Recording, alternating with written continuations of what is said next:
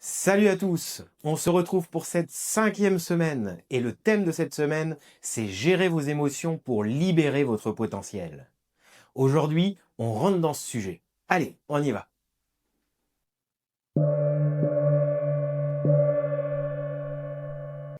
Ignorer tes émotions, c'est comme couper l'alarme incendie sans vérifier d'où vient la fumée. Tes émotions, elles ne sont ni bonnes ni mauvaises, elles sont simplement des messagers puissants. Elles te parlent constamment, t'indiquant un besoin, une alerte, une opportunité ou un manque. Pourtant, la plupart du temps, tu les rejettes, tu les ignores et tu cherches à les contrôler. Résultat, tu vis en tension constante, tu prends de mauvaises décisions et surtout tu sabotes ton potentiel. Parce que tes émotions, elles fonctionnent comme une langue étrangère, mais cette langue, c'est la tienne. Être irrité sans comprendre pourquoi, c'est souvent parce qu'une limite personnelle a été franchie.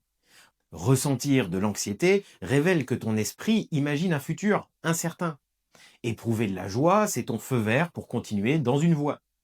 Tes émotions, elles te guident, mais seulement si tu apprends à les décoder. Alors, première clé, arrêtez de juger ces émotions. Tu as le droit de ressentir de la colère, de la tristesse, de la jalousie ou de l'enthousiasme. Chaque émotion détient une information essentielle. Le problème n'est pas ce que tu ressens, mais ce que tu fais avec ce ressenti. Si tu nies ta colère, elle te consume de l'intérieur. Mais si tu l'écoutes, elle peut devenir une énergie d'affirmation saine. Si tu étouffes ta tristesse, elle s'imprime dans ton corps. Par contre, si tu l'accueilles, elle se transforme en compassion, te rendant profondément humain. Deuxième clé, le fait de ralentir. Tes émotions, elles vivent dans ton corps, pas dans ta tête. Le stress quotidien, ton agenda chargé, les notifications permanentes, elles coupent ta connexion intérieure. Alors tu dois prendre chaque jour un moment pour ressentir ce qui se passe en toi. Juste ressentir. Un scan corporel de 30 secondes, une pause entre deux rendez-vous, un silence après une discussion tendue, c'est là, dans ces tout petits espaces, que tes émotions peuvent enfin se révéler clairement. Troisième clé, nomme précisément ce que tu ressens. Il y a une puissance incroyable dans les mots. Dire je suis frustré, je suis inquiet, je suis joyeux. Donc nominaliser tes émotions te permet de créer une distance bénéfique. Tu deviens alors observateur de ton émotion plutôt que son prisonnier. Et à partir de cette position d'observateur, tu peux enfin choisir comment agir, comment parler, comment répondre. C'est ça la vraie liberté émotionnelle. Ce n'est pas l'absence d'émotion, mais la capacité à les traverser sans te noyer dedans. Imagine maintenant une semaine où chaque émotion devient ton allié.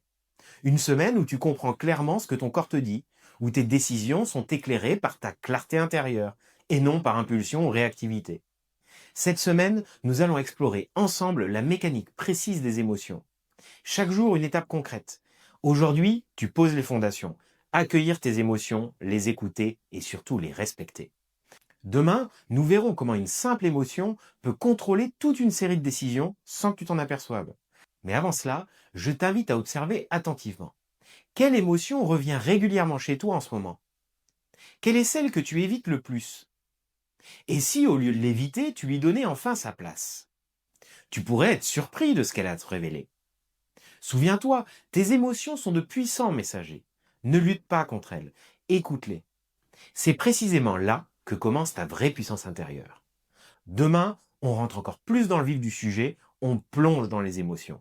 Allez, à demain!